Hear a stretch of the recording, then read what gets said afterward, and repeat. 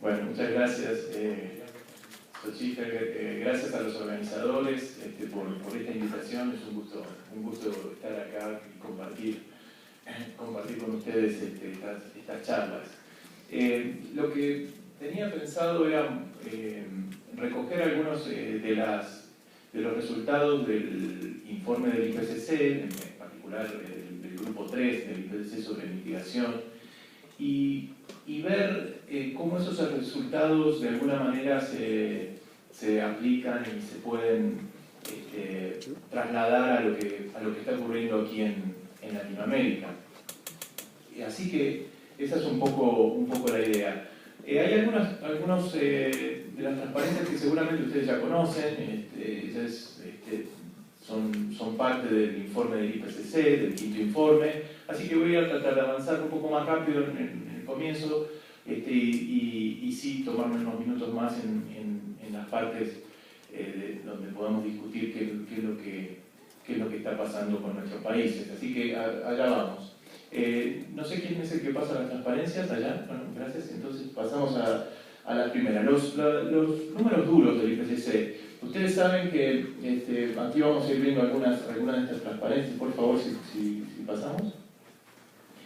El IPCC analizó en este informe las emisiones históricas de gases de efecto invernadero, trató de ir lo más para atrás en el tiempo posible, y con algunos, ustedes saben, con algunos gases eso es factible de hacer, con el CO2 en particular, pero con otros es más difícil, pero se pudo ir hasta 1750, hasta el año 1750 hacia atrás, así que ahí hay un buen registro de esas emisiones. Se usaron una cantidad de bases de datos, se las verificó y para ver la consistencia entre las distintas bases de datos que se utilizaban, etc. Así que el trabajo, como saben ustedes, fue muy abarcativo y muy en profundidad.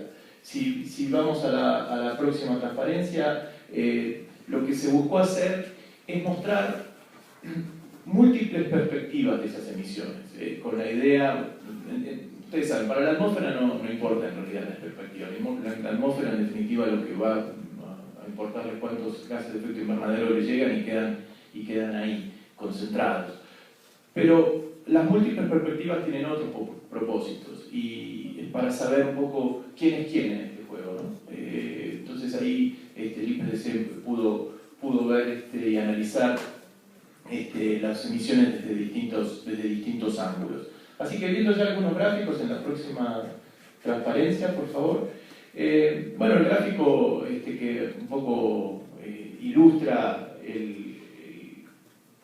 varios de los capítulos, diría el informe del grupo 3 en cuanto a emisiones, es el que se ve acá, donde, bueno, se ve lo que ya conocemos, ¿no? Crecimiento exponencial de los gases a partir, sobre todo, del comienzo de la revolución industrial, pero sobre todo del periodo de posguerra. Acá está dividido en dos partes. La parte de arriba son las emisiones de dióxido de carbono de los combustibles fósiles, y la parte de abajo son las emisiones históricas, esto aquí, pero del producto del cambio de uso del suelo o uso del suelo, y fundamentalmente, digamos, un eufemismo para en realidad hablar de deforestación. Ahí lo que hablamos es básicamente de deforestación. Para nosotros que nos interesa, de que estamos aquí en Latinoamérica, las áreas rojas somos nosotros en Latinoamérica, las emisiones de Latinoamérica. Los otros colores son las otras regiones o grupos de países. Y a la derecha se ven las emisiones acumuladas, otra perspectiva diferente que da una idea distinta también de quién es quién en estas emisiones. Así que ahí vemos el dominio de las barras color azul o celeste, que son de los países que conocemos hoy dentro de la OECD, los países industrializados. Aquí en esta parte, las emisiones acumuladas, ahí la zona roja que es Latinoamérica, el área roja que es Latinoamérica, ahí quedamos medio mal en la foto esa.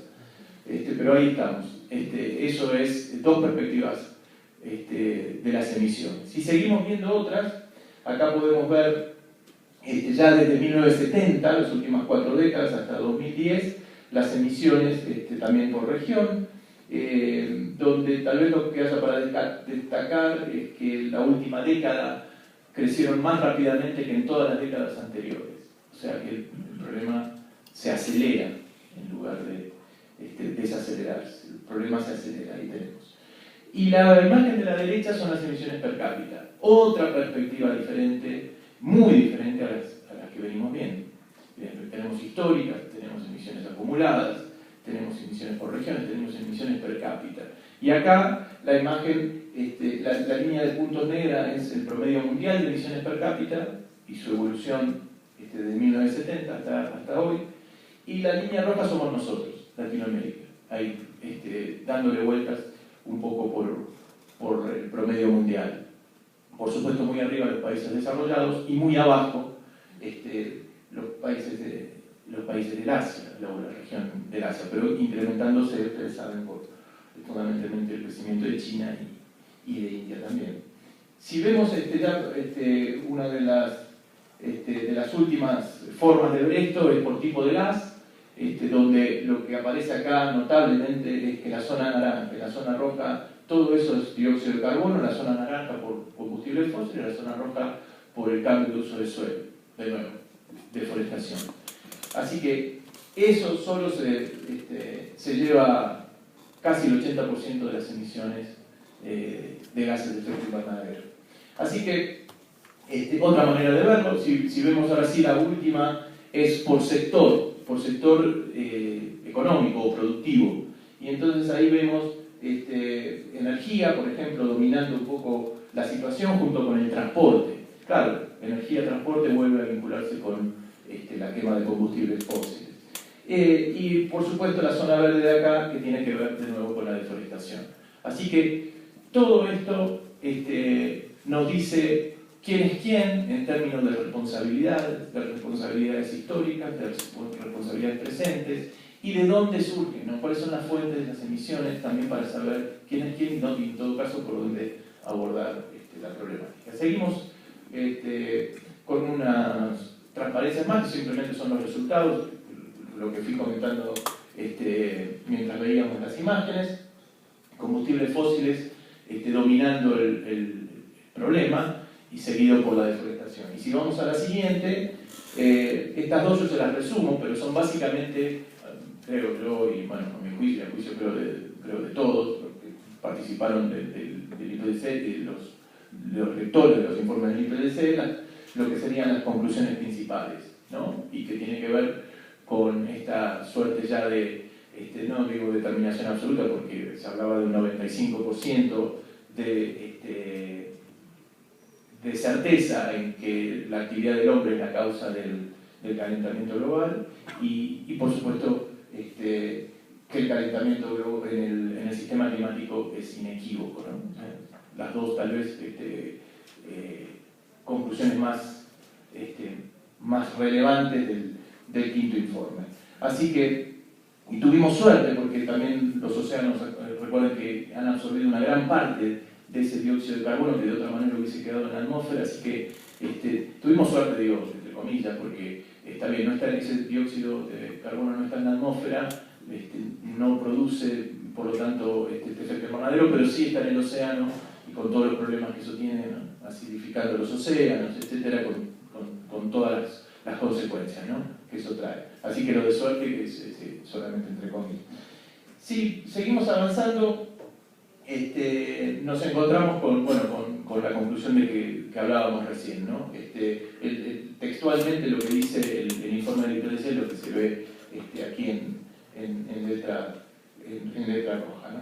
La influencia humana en el cambio climático. Así que todo esto conocido, todas las perspectivas sobre las emisiones que surgen del informe y las conclusiones centrales, diría yo, de esta parte, por lo menos del informe del IPCC. Si seguimos, Vemos lo que también conocemos, el famoso mapa donde en realidad lo que se ve es lo observado en el último siglo y un poquito más, en términos de aumento de temperatura sobre la superficie.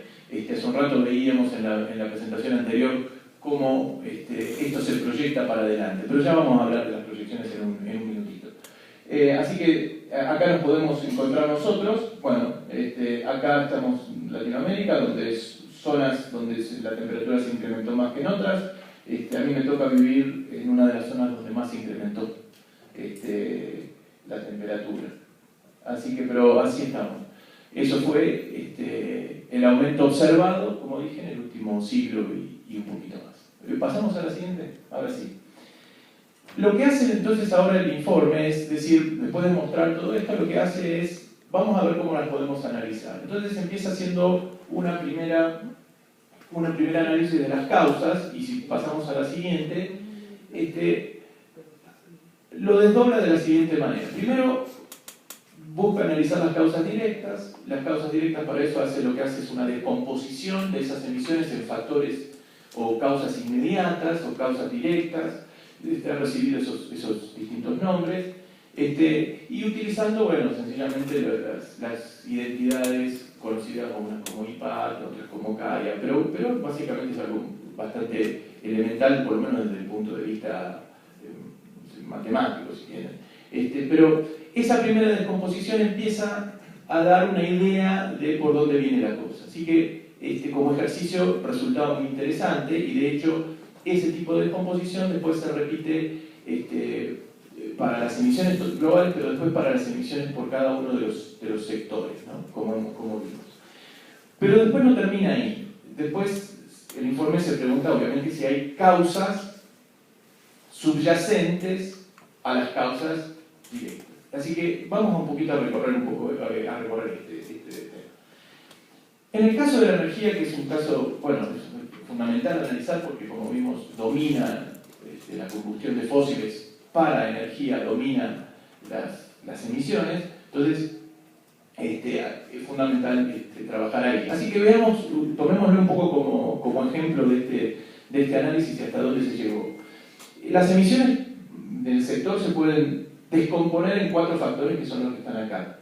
En población y su crecimiento, en el PBI per cápita y su crecimiento o su evolución, la intensidad energética, que es básicamente cuánta energía consumimos para producir una unidad de producto bruto, para producir bienes y servicios, y la intensidad de carbono, que es básicamente cuánto carbono hay en esa energía que consumiste, cuánto fósil hay en tu matriz energética, básicamente es eso. Así que en esos 4 factores, o causas directas, como se decidió llamarse en el informe del IPCC, se pueden descomponer las emisiones. Ahora, si vemos en la próxima imagen, yo creo que aquí llegamos a algo muy interesante. Acá vamos a ir pasando de a una, por favor. Esto que se ve acá es la evolución del 70 al 2010, las últimas 4 décadas, de cada uno de esos 4 factores. Entonces, en el primero vemos justamente las emisiones de CO2 por unidad de energía. O sea, cuánto fósil hay en tu matriz energética. Esto es a nivel global. Esto es para todo el mundo. Después lo vamos a ver que se hizo por región también. Y lo que vemos es, tomando el 1 como referencia en 1970, lo que vemos es que la matriz energética global, la verdad es que no varió mucho. Los fósiles sí, dominaban en el 70 y siguen dominando en el 2010. Y es más, hay una pequeña mala noticia, porque si proyectamos de 2010 a 2015, esta curva volvió a crecer por el uso renovado del carbón, como ya saben. La segunda, si hacemos uno más, vemos algo muy interesante. Vemos esta línea violeta de aquí, que es el consumo de energía por unidad de PBI, la intensidad energética. ¿Cuánta energía consumimos por cada unidad de producto bruto que generamos? Y esto es muy interesante porque detrás de ese indicador lo que hay es justamente, de alguna manera, decir cuán buenos somos en producir, cuán eficientes somos, cuán buenas son nuestras tecnologías para producir bienes y servicios. Y ahí lo que vemos es que si esa cantidad de energía era 1 en el 70, vemos que en el 2010 es bastante menos. Con lo que pasa a ser una muy buena noticia. Somos mucho, a nivel global, mucho más eficientes a la hora de producir bienes y servicios. Así que, buena noticia, porque si era 1 antes, ahora estamos, digamos, por 0,6, más o menos. Muy bien por nosotros a nivel global. Nuestras tecnologías han sido muy buenas. Pero no termina acá el análisis. Esta otra curva que apareció acá es el PBI per cápita, a nivel global, desde el 70 hasta hoy. Y lo que muestra el PBI per cápita es que casi se duplicó, o casi no, se duplicó. ¿Y qué hay detrás del PBI per cápita? Bueno, lo que todos sabemos. Detrás de ese PBI per cápita lo que hay es consumo de bienes y servicios. Así que esto es, de alguna manera, el indicador proxy del consumo de bienes y servicios a nivel global. Y si damos una más, vemos, bueno, fueron 2 seguidas, pero no importa, acá está, una más. Esta línea casi recta es el crecimiento de la población a nivel global en las últimas 4 décadas. Y ahora sí, si vamos a la última y combinando estos 4 factores, lo que alcanzamos es esa línea naranja oscura, no sé de qué color la ven desde ahí, pero que son las emisiones de gases de efecto invernadero. Entonces, ¿por qué me detengo en este gráfico? Porque hay muchas lecturas para hacer de este gráfico. Y una, muy interesante, es que esa mejora en nuestras tecnologías y en nuestra eficiencia a la hora de producir bienes y servicios no alcanzó a revertir o a contrarrestar, si quieren, el crecimiento del PBI per cápita combinado con el crecimiento de la población. Repito, la tecnología, las mejoras tecnológicas en las últimas 4 décadas no alcanzaron a contrarrestar el crecimiento del PBI per cápita o el consumo que hay detrás de ello, ni el crecimiento de la población. Así que digo esto y lo remarco porque me parece, bueno, no solo parte del corazón del análisis de las causas de las emisiones, sino a mi juicio, y esto es personal porque el IPCC después no lo recoge como tal, pero esto, a mi juicio, repito, es parte del corazón del informe del grupo 3. Y hay una cuestión que quiero decir. Estas 4 factores, la cosa no es tan sencilla, no son independientes entre sí.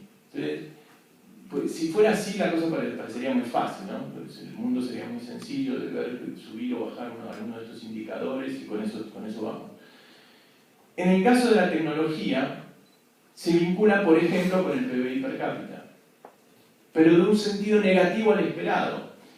Uno esperaba que esta mejora tecnológica pudiera contrarrestar entonces el crecimiento del PBI. Pero todo parece indicar, y en muchos casos así lo prueban y aparece en el informe del IPCC, que la situación fue al revés. El PBI per cápita creció gracias a las mejoras tecnológicas. Entonces, este crecimiento es en parte gracias a esta reducción. Bueno, la cosa se complica todavía más. Pero sigamos. Bueno, acá vemos lo mismo, pero ahora sí, por región. ¿No? Lo que veíamos recién es que es el global. Y después están cada una de las regiones en que el IPCC dividió a los países. Acá estamos nosotros, que seguimos un patrón más o menos parecido al del nivel global, ¿no? Lo único que en Latinoamérica no tuvimos grandes mejoras tecnológicas, más bien pocas. Nuestra intensidad energética ha permanecido constante como región en las últimas 4 décadas. Después tuvimos crecimiento por PBI, que pasó de 1 a 2, tuvimos crecimiento poblacional y como resultado de esos 4 factores tuvimos crecimiento de las emisiones. Así que bueno, ahí estamos las regiones. Por supuesto, Asia es interesante porque pueden ver el crecimiento del PBI en Asia, en PBI per cápita y con todas las consecuencias que eso tiene. Seguimos. Si miramos la proyección de estos 4 factores hacia futuro, el IPCC lo hace en sus escenarios en el capítulo de escenarios del informe del grupo 3, están planteados estos 4 gráficos, que son las proyecciones de esos 4 factores. Y acá lo que vemos es la proyección en distintos escenarios para la proyección del crecimiento poblacional y distintos escenarios para los demás. Así que lo que vemos es, en el caso de la población, en la situación de la proyección actual sin ninguna, digamos, política al respecto, indicaría que hay un leve desaceleramiento en el crecimiento de la población. En los otros, en el PBI per cápita, bueno, los escenarios, como ven, muestran un incremento, son escenarios a 2100. En la intensidad energética, continúa la mejora, ¿no? O sea, la disminución de ese indicador es una mejora, como habíamos dicho, aunque tiene sus efectos colaterales, como decíamos recién, así que ahora lo vamos a discutir un poco más. Y finalmente, en la intensidad de carbono, que es cuánto fósil hay en tu matriz, bueno, acá lo vemos. Este es el abanico de escenarios, estas franjas, bueno, igual para todo lo demás. Esas franjas muestran el abanico de escenarios donde podría darse. Pero lo más probable es esta línea del medio que muestra una intensidad en carbono que continúa como hoy, a 2100. Y si vemos la siguiente transparencia, acá vemos un poco reflejado esto. Esta transparencia es interesante, pero ahí no está claro. Bueno, ustedes saben, ningún gráfico del IPCC es claro, ¿no? Eso sí está claro. Sí, en el IPCC se discutió mucho sobre eso. Yo humildemente les sugerí a los cochear que contratásemos a un diseñador gráfico, pero no tuve éxito. Bueno, estas barras que están acá para gas, petróleo y carbón muestran en azul las emisiones que ya se han generado por el consumo o la combustión de cada uno de estos 3 combustibles. En la historia de cada uno de estos 3 combustibles. Las barras en colores rojos y naranjas y amarillos muestran las emisiones que todavía están bajo tierra para cada uno de estos 3. Así que el futuro en cuanto a lo que es intensidad en carbono de nuestra matriz energética no va a depender de la existencia o no del recurso. Así que va a haber que pensar en otra excusa si queremos cambiar nuestra matriz energética. Así que así estamos. Si seguimos, así vamos a ver si dejamos un rato para algún intercambio. Muy bien, ahí tenemos las causas más o menos explicadas y dónde estamos, de dónde venimos, cómo estamos parados y un poco las proyecciones de eso. Pero hablando de proyecciones, el IPCC hace algunas de ellas. Si vemos acá, ustedes conocen estas proyecciones que tienen que ver con los senderos no representativos de concentración de emisiones, los RCP. Cada uno de estos, hay uno que es digamos el que acá está de línea de base, sería, y los otros son desde muy pesimista, las emisiones creciendo a 2100, muy pesimista, hasta el más optimista, que es este que está acá. Bueno, ustedes saben que la única posibilidad de no superar los 2 grados de incremento, etcétera, es el más optimista de todos estos escenarios. A ver si vemos la próxima transparencia, acá lo vemos de manera distinta. Acá vemos la relación entre temperatura global, media global, y la concentración de emisiones de CO2 de origen antropogénico. Y acá vemos esos distintos escenarios que veíamos en la transparencia anterior, y vemos, esto es lo que ocurrió hasta ahora, esta línea negra, vemos que el único escenario, el RCP 2.6, que es en azul acá, que es el más optimista que les decía recién, es el único que no supera los 2 grados. Ahí está la relación con los 2 grados de acá. Todos los demás escenarios, todos los otros senderos de emisiones, superan ampliamente esos 2 grados. Así que este es el nivel que se estaría por acá, 2900, es el número. Eso es lo máximo que podemos concentrar en la atmósfera, 2900. El problema es que ya nos comimos 2000, así que nos quedan 900 para repartir. Y acá viene otra pregunta, ¿cómo los repartimos? Y acá viene aquello que vimos al principio de las múltiples maneras de ver las emisiones. Y yo decía para saber quién es quién, porque ahora tenemos que repartir un pedazo de torta que es la atmósfera, que queda, eso poquito que queda disponible, ¿cómo lo repartimos? ¿Quién lo usa ahora? Bueno, esa es la discusión en la negociación del cambio climático, la que no se puede resolver y la que no se va a resolver probablemente de acá a París. En París se va a hacer otra cosa, que si quieren hablar. Así que bueno, seguimos. Esto es un poco lo que les acabo de contar, la relación entre los distintos escenarios con los distintos incrementos de temperatura. Así que, nada, sigámoslo porque ya lo conté un poco recién. ¿Y qué es lo que de alguna manera el IPCC propone para llegar a ese escenario optimista? Lo que propone el IPCC fundamentalmente en lo que llama espacio de soluciones, porque el IPCC no da una receta única, simplemente analiza posibilidades, posibles soluciones y las pone sobre la mesa. Analiza los pros y los contras de cada una de ellas y los pone sobre la mesa. En el IPCC en el grupo 3 le gustaba decir que ese era como un mapa que después cada uno decide por qué camino tomar. Lo cierto es que ese espacio de soluciones que propone el IPCC es básicamente tecnológico, basado en tecnología. Y entonces acá, este gráfico es de otro, no es del IPCC, lo traje de otro lugar. Del PNUMA.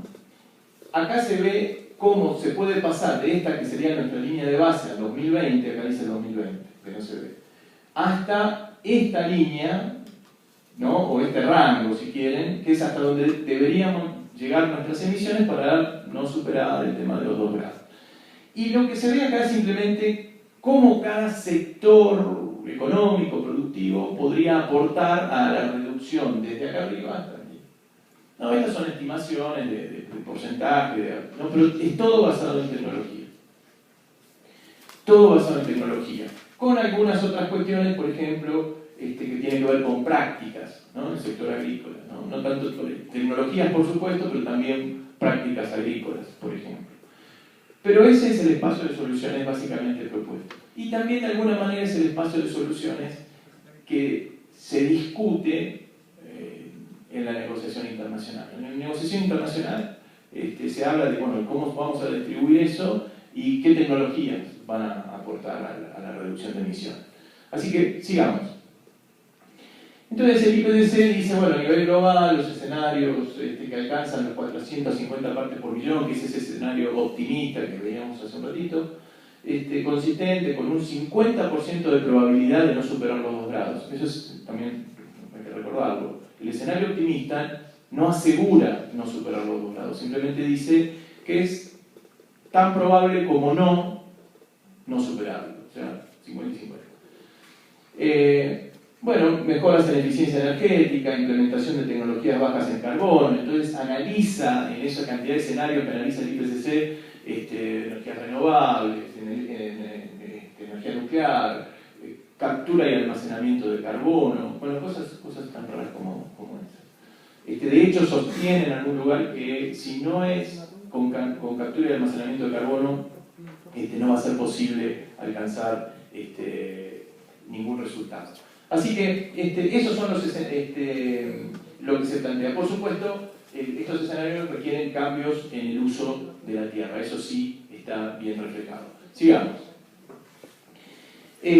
Acá se ve, se hace un análisis de cuánta tecnología baja en carbono para la producción de energía sería necesario. Solamente les voy a mostrar un número que dice, bueno, para el 2050, si queremos llegar a ese escenario optimista, que es que está acá, necesitaríamos que el 60% de la matriz energética primaria a nivel global sea con energías renovables. El 60%. Hoy está Bueno, depende de qué es lo que se cuente como energía renovable, ¿no? Pero en ningún caso supera el 8. Así que bueno, eso es un poco lo que se necesita. Seguimos avanzando y también eso implica inversiones, así que acá está más o menos indicado los rangos de inversiones que se necesitan en las distintas áreas del sector energético, no solo inversiones, sino desinversiones. Hay que dejar de invertir en petróleo, gas y carbono, si queremos tener alguna chance de alcanzar ese escenario optimista que nos dice que tenemos más o menos cierta chance de no superar los 2 grados. Así que, por supuesto, estas inversiones pueden generar dividendos y ser rentables. Eso también lo dice el informe. Sí. Ahora, habíamos dicho que detrás de esas causas directas había causas subyacentes, todos sabemos. Detrás de cada una de esas hay causas subyacentes. Así que, ¿cuáles son esas causas y qué implican? Bueno, primero decir y recordar cómo es nuestra historia en relación a los recursos naturales y en particular a los energéticos, que es esta que está acá. Esta es nuestra historia, ¿no? Desde 1850, si vamos para atrás, esto sigue todo igual. Así que tomamos de 1850 y esta es nuestra historia en relación a los recursos energéticos. Y que se relaciona con, por supuesto, todo lo que vino acompañando. Esto acompaña, en definitiva, la revolución industrial. Así que ahí estamos. Esta es la situación. Entonces, recordando esto, que todos conocemos, si vamos a la siguiente, lo que decimos de estas causas subyacentes es que primero están absolutamente, vamos a ver, están absolutamente vinculadas entre sí, que son muy complicadas de analizar y que tal vez por ese mismo motivo sean también muy complicadas de cuantificar. Así que las causas subyacentes en el informe del IPCC no están cuantificadas. Así que sigamos. ¿Y cuáles son? Bueno, lo que todos sabemos. Así que las causas digamos, que subyacen aquellos 4 factores, ¿se acuerdan? Intensidad energética, intensidad de carbono, PBI per cápita, tienen que ver, y esta no es una lista exhaustiva, solamente traje acá las 4 o 5 que ya todos conocemos, pero que vuelven a aparecer con una evidencia muy notable en el informe, y tienen que ver con los recursos naturales disponibles en cada región, en cada lugar, en cada país. Pero no solo eso, sino además, y fundamentalmente, con aquellos que decidimos utilizar. Porque tenemos recursos disponibles, pero decidimos utilizar unos por sobre otros. Decisiones de tipo tecnológicas y de tipo infraestructura. Esas son decisiones que tomamos como sociedad. Y entonces, ahí estamos, con esas decisiones estamos modificando de alguna manera aquellos factores y con eso modificando nuestras emisiones. Pero no solo las emisiones, sino muchas otras cosas más. Así que, por supuesto, patrones de consumo. Ahora voy a hablar un poco de esas decisiones tecnológicas. Voy a hacer un paréntesis porque me interesa hablar un poquito de eso. Patrones de consumo, que también son decisiones. Cuando uno dice patrones de consumo, en realidad lo que uno está diciendo es qué consumimos, cómo consumimos, cuándo consumimos. Esos son patrones de consumo. Y finalmente, estilos de vida, elecciones. Esas son también elecciones individuales, pero también a nivel social. Así que todo esto que ya conocemos vuelve a aparecer una vez más, analizado, no cuantitativamente, pero sí cualitativamente. Así que todo esto, en definitiva, que son todas cuestiones que son objeto de políticas y medidas, son todas cosas que se pueden abordar de alguna u otra manera, desde la política pública, son todas las cosas que hacen, en definitiva, al modelo de desarrollo que elegimos para nuestra sociedad. Y que no cae por una cuestión divina sobre nuestros países. Son elecciones que hacemos como sociedad. Y yo creo que eso, a mi juicio, es una de las cosas, no solo que marca el informe y todos los cientos y cientos de papers que acompañan los informes del IPCC, por no decir miles en realidad, pero que quedan fuera de las discusiones. Cuando uno empieza a discutir, y cuando uno lo empieza a discutir en la negociación de cambio climático, y uno quiere discutir esto, la discusión se terminó. Discutamos de tecnología, discutamos cuánta energía eólica vamos a poner, discutamos cuánta energía solar, discutamos si la nuclear o si la captura y el almacenamiento de carbono, imagínense, captura y almacenamiento de carbono. Bueno, seguimos. Entonces, ahora sí, yendo concretamente a qué nos pasa acá, yo rescaté algunos datos y algunas figuras o gráficas que muestran un poquitito qué sendero de desarrollo estamos siguiendo acá en nuestros países en Latinoamérica. A ver si podemos ver alguna de esas. Bueno, estas son 3 o 4, muy fácil, las voy a hacer muy breve, pero acá vemos, cada color es una región, respeta los mismos colores que antes, así que nosotros somos los rojos. Y acá vemos las emisiones de dióxido de carbono de los combustibles fósiles contra el producto bruto, ¿sí? Doméstico, interno de la región. Y lo que se ve, y lo interesante para ver, es que desde 1970 hasta 2010 las emisiones crecieron a la par del Producto Bruto. No solo en Latinoamérica, sino en casi todas las regiones, con excepción de estos pobres que fueron la ex Unión Soviética y demás, que se derrumbaron en 1990. Pero el resto crece de la misma manera, algunos por un poquito más dependiente, otros por un poco menos. Los desarrollados por un poco menos dependiente. Pero la pregunta es, ¿a dónde queremos llegar con este crecimiento? Seguimos. Muestra las emisiones de gases de efecto invernadero totales, ya no solo el dióxido de carbono, en función del crecimiento de la población. Y acá vamos de nuevo. Acá está nuestra pendiente que, por supuesto, bueno, imagínensela, porque estos idas y vueltas simplemente representan los vaivenes propios de nuestro país. Pero acá vamos, desde 1970 a 2010. Acá va Asia y acá van los países desarrollados. Acá va el África, ¿no? El África y Medio Oriente. Así que la pregunta es, ¿qué sendero estamos siguiendo? Y sigo, una más. Esta muestra la energía primaria per cápita que consumimos frente al PBI per cápita. Y uno podría decir, bueno, a ver qué logramos ahí. PBI per cápita, energía, bueno, eso es lo que logramos ahí. Estas pendientes, muy parecida a la pendiente del Asia, muy parecida a la pendiente de los países desarrollados. Desde 1970 hasta hoy, más energía per cápita frente a más PBI per cápita. O sea, crecemos, pero en definitiva también consumimos más energía. Algo que habíamos definido, en realidad el cociente entre ambas cosas, lo habíamos definido como intensidad energética. Así que bueno, así estamos. A ver si queda alguna más, no recuerdo, pero no.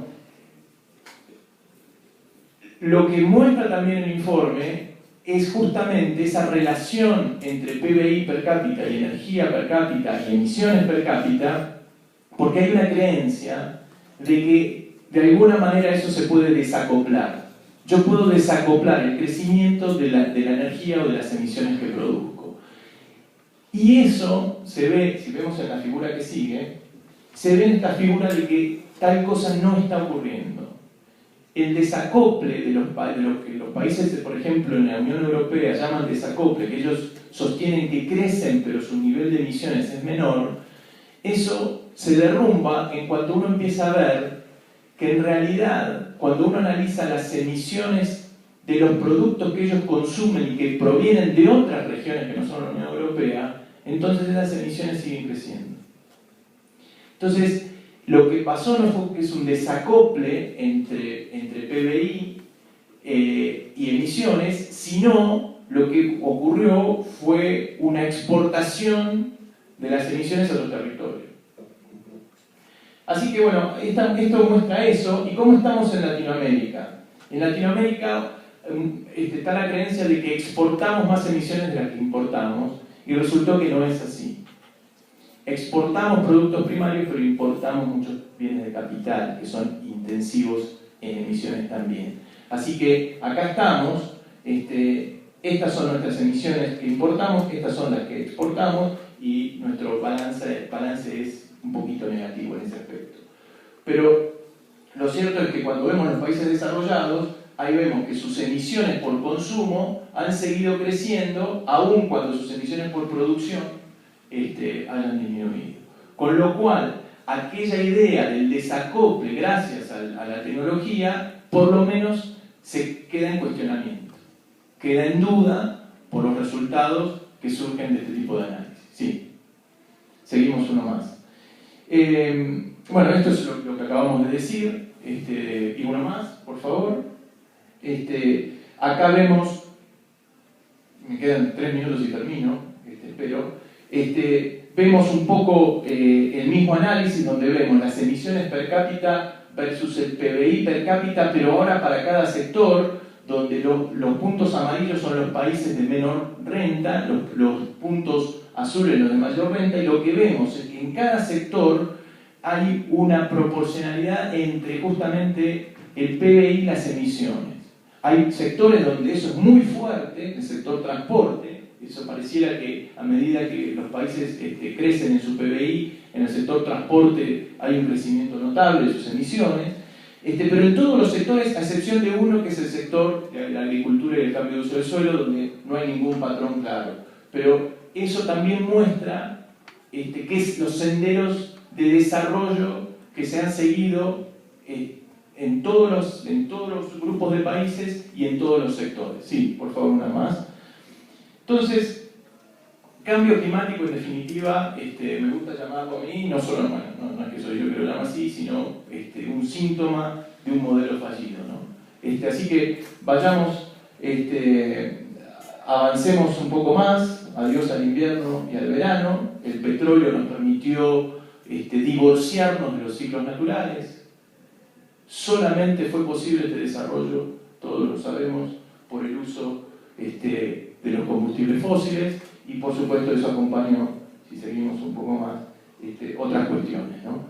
Como la deforestación, que es la segunda causa de emisiones de gases de efecto invernadero. Si seguimos, ya para ir cerrando, aparece entonces la necesidad de replantearse el camino que estamos siguiendo.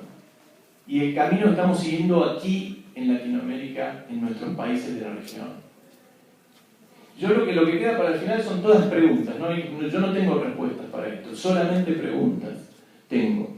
Entonces hay una necesidad de empezar a construir un camino donde empecemos a ver de manera integrada cada una de nuestras decisiones, cosa que la economía nunca pudo hacer. Yo, con respeto a los economistas que estén en la sala o a los que nos estén viendo, o a los economistas del mundo, les digo que se perdieron una parte de la historia. Se perdieron una parte de la historia. Nunca pudieron considerar qué era lo que entraba a su modelo productivo y qué era lo que salía. Lo que entraba eran recursos naturales, nunca se tuvieron en cuenta. La atmósfera era uno de ellos, ¿no? Y lo que sale tampoco, ¿no? Lo que sale es todo lo que sale por las chimeneas y los caños de escape de todos nuestros automóviles, entre otras cosas.